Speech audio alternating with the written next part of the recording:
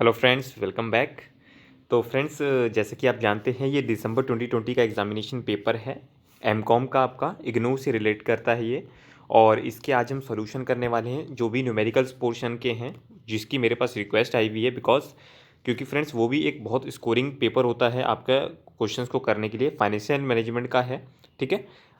तो चलिए फ्रेंड्स शुरू करते हैं। और मैं आपको एक चीज़ और बताना चाहूँगा कि ये जो हम न्यूमेरिकल्स कर रहे हैं ये भी बेसिकली काफ़ी सारे नंबर के होते हैं। जैसे कि अब आप देख सकते हैं ये न्यूमेरिकल भी आपका 20 मार्क्स का हो गया एक।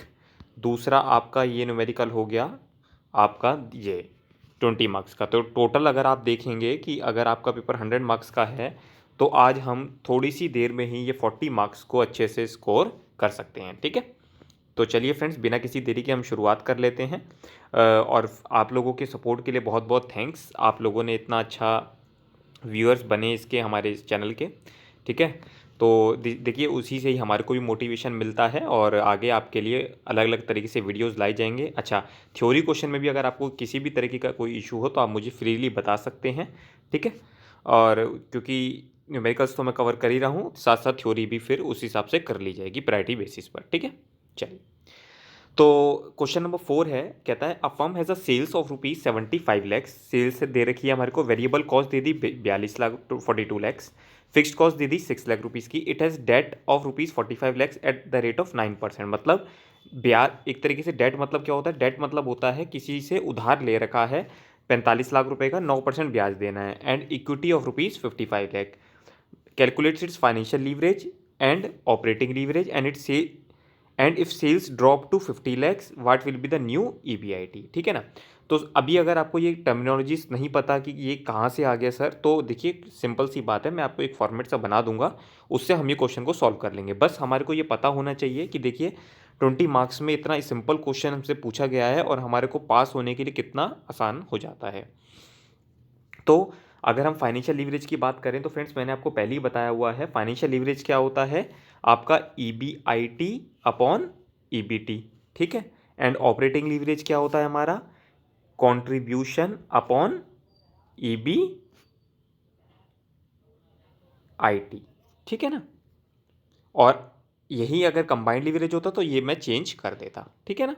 क्योंकि कंबाइंड लीवरेज में मैंने आपको बताया दोनों मल्टीप्लाई हो जाते हैं, यहाँ पर हमसे पूछा नहीं है, बट जब दोनों मल्टीप्लाई हो जाते हैं तो फिर आप खुद ही देख रहे हैं EBIT से EBIT कट जाएगा, कंट्रीब्यूशन अपॉन EBIT उसका फॉर्मूला बन जाता है।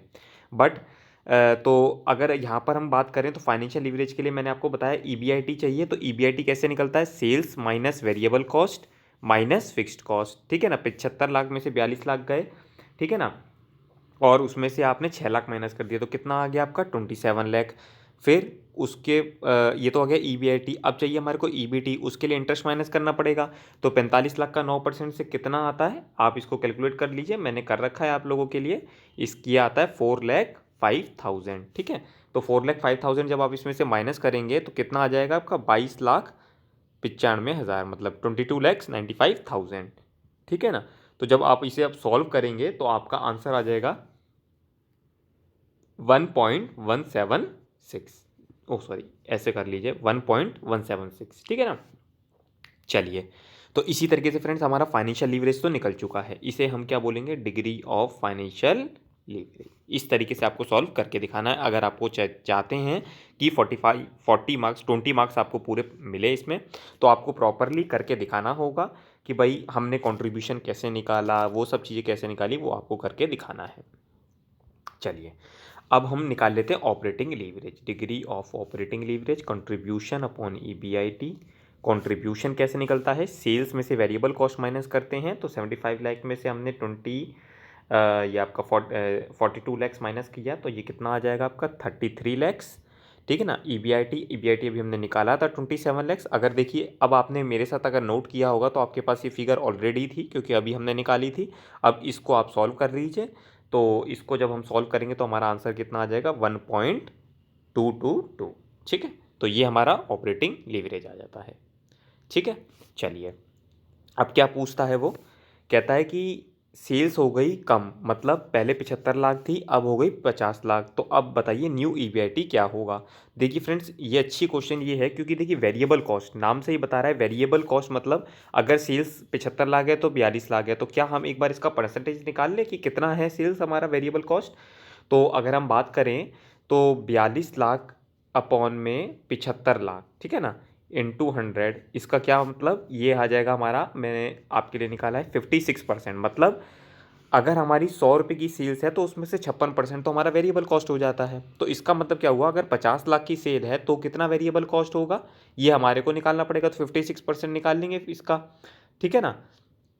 तो अगर आप 50 लाख 50 लैक्स का 56% निकालते हैं तो कितना आ जाता है, 28 लैक्स।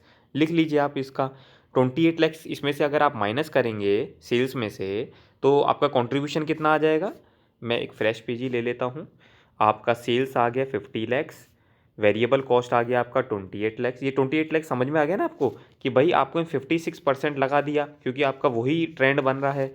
कंट्रीब्यूशन आ गया आपका 22 लैक्स, फिर आपने माइनस कर दिया फिक्स्ड कॉस्ट। फिक्स्ड कॉस्ट कितनी, फिक्स्ड कॉस्ट तो देखिए सेम ही रहती है, वो तो चेंज होती ही नहीं है, नाम से ही पता चल रहा है 6 लैक्स।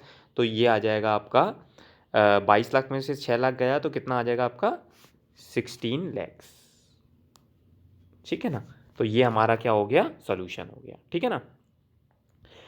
तो इसी के साथ हमारा फ्रेंड्स ये वाला क्वेश्चन 4 जो होता है पूरा का पूरा कंप्लीट हो जाता है और इसमें हमारे को पूरे फुल मार्क्स मिलेंगे, 20 मार्क्स, इस बात की श्योर गारंटी है। बट आपको ये सारी वर्किंग आपको बनाकर आनी है एग्जामिनेशन में, कुछ भी चीज़ छोड़नी नहीं है। बस आपको फॉर्मूलेज और लॉजिक्स पता होने चाहिए, कौन सी फिगर कहाँ घूम रही है, क्या चीज़ हमारे को लेनी है, तब आपको सिंपली हो जाएगा, ठीक है ना। चलिए अब मैं आपका सेकेंड क्वेश्चन देख लेता हूँ।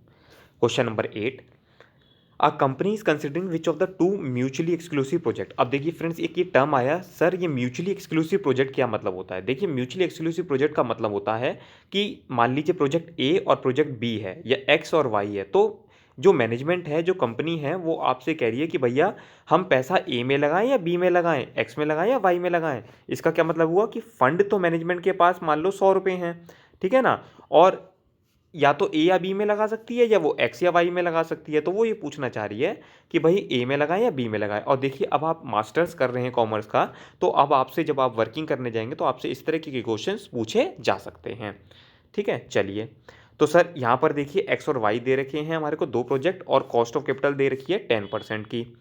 तो आज अब हम देख लेते हैं कि भाई इसमें हमने पैसा खर्च कितना करा है, हाँ 200।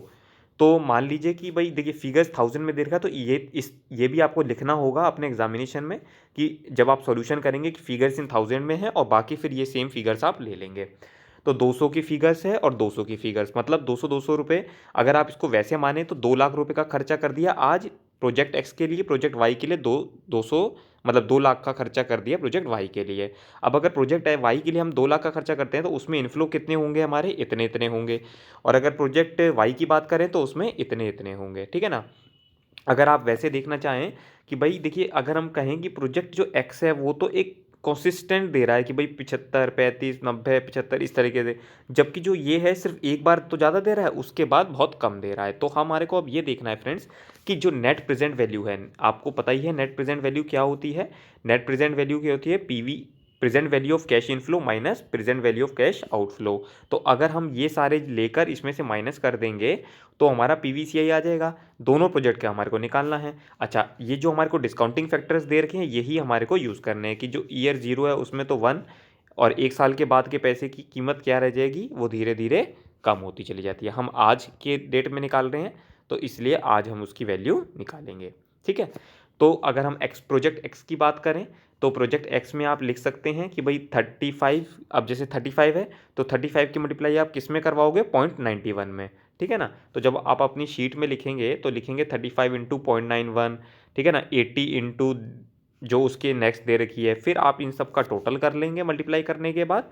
तो जो मल्टीप्लाई करने के बाद टोटल आएगा वो आ जाएगा आपका, और उसमें से जो टोटल, जैसे मान लीजिए टोटल आ गया आपका 216.75, ठीक है।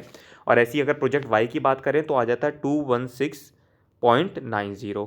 अब इसमें से आप 200 200 माइनस कर देंगे रिस्पेक्टिवली, तो ये कितना आ जाएगा आपका, मैं लिख देता हूँ 16.75 एनपीवी ऑफ प्रोजेक्ट एक्स, और 16.90 ऑफ प्रोजेक्ट वाई। तो प्रोजेक्ट एक्स और प्रोजेक्ट वाई की एनपीवी आ गई हमारे पास। अब आप ये देख सकते हैं कि भाई किसकी एनपीवी ज़्यादा है। जिसकी एनपीवी ज़्यादा होगी हम उस प्रोजेक्ट को चूज़ करेंगे। तो यहाँ पर एनपीवी इसकी ज़्यादा नहीं है, एनपीवी इसकी ज़्यादा है, तो प्रोजेक्ट वाई में मैनेजमेंट पैसा लगाना चाहेगी।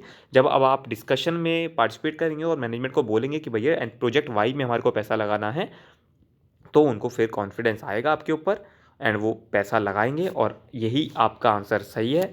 आपको पूरे के पूरे इसमें 20 मार्क्स को अवॉइड किया जाएगा। ठीक है ना। तो फ्रेंड्स इसी के साथ हमारे ये पूरे दोनों न्यूमेरिकल्स हो गए हैं। ठीक है। अगर आपको और भी कोई चैप्टर या कोई किसी भी इन पास्ट ईयर के एग्जामिनेशंस में कोई इशू आता है तो आप फ्रीली आस्क कर सकते हैं। प्लीज़ आप कमेंट कीजिए। ठीक है ना। मुझे भी पता चलेगा कि आप लोग कहाँ से देख रहे हैं, आपको क्या चीज़ें इश्यूज़ आती हैं, तभी मैं उस पर आपके लिए क्वेरी पे वीडियो बना पाऊँगा। ठीक है फ्रेंड्स। तो फ्रेंड्स ठीक है, तब तक के लिए ऑल द बेस्ट, पढ़ते रहिए और मिलते हैं नेक्स्ट वीडियो में। Thank you.